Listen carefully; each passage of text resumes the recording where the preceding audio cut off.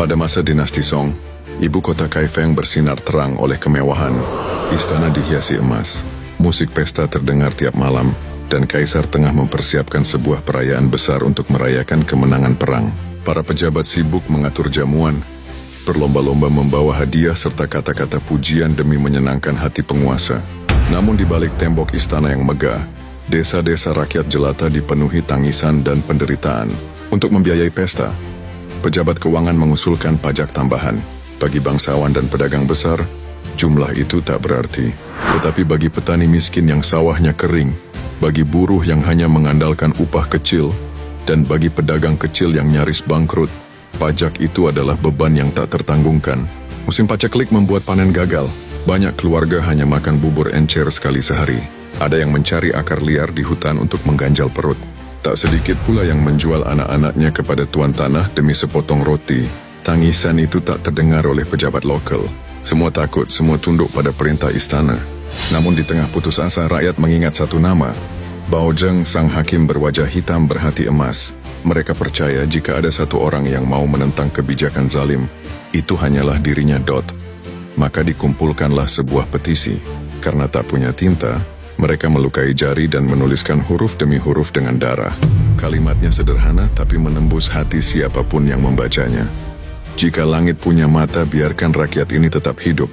Petisi darah itu akhirnya sampai ke tangan Bao Zheng. Ia membacanya perlahan, matanya bergetar lalu menatap ke langit-langit. Ia berkata lirih, jika aku diam, aku bukan manusia. Lebih baik kepalaku jatuh daripada nuraniku mati. Para bawahannya terkejut. Mereka memohon, Tuan Bao, ini perintah istana. Jika Anda menentang, hidup Anda akan tamat. Tetapi Bao Zheng menatap mereka dengan tenang. Hukum diciptakan untuk rakyat. Jika rakyat mati kelaparan, untuk siapa hukum ditegakkan? Hari itu aula istana penuh sesak oleh pejabat. Mereka membawa hadiah emas, puisi indah, dan ucapan manis. Semua berlutut serempak. Semua memuji bahwa pajak tambahan adalah kebijakan bijak. Tak seorang pun berani berbeda. Hingga suara langkah Bao Zheng terdengar. Ia maju dengan tegap. Wajah hitamnya penuh wibawa.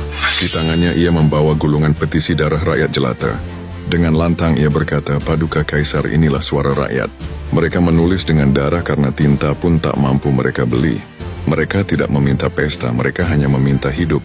Apakah emas istana lebih berharga daripada nyawa rakyat jelata?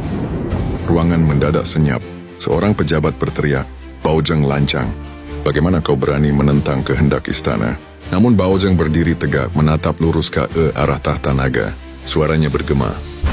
Jika hukum hanya berlaku bagi orang kaya, maka aku tidak pantas disebut hakim. Biarlah kepalaku dipenggal. Asal jeritan rakyat ini sampai ke telinga langit. Kaisar terdiam, wajahnya tegang. Tangan menggenggam kursi naga. Semua pejabat menunduk, menahan napas. Di luar istana kabar sudah menyebar. Rakyat berbondong-bondong berkumpul di gerbang, menyalakan dupa, menangis, dan berdoa agar suara mereka didengar.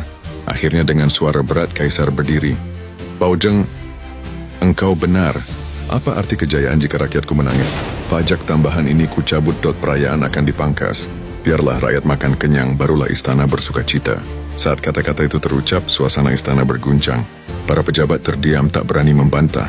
Bao Zheng menunduk lalu bersujud, bukan karena kemenangan pribadi, melainkan karena jeritan rakyat akhirnya sampai ke telinga penguasa. Di luar rakyat bersorak, air mata tumpah. Mereka berlutut sambil memukul tanah dengan tangan kosong, berteriak, hidup Hakim Bao. Suara rakyat akhirnya sampai ke langit.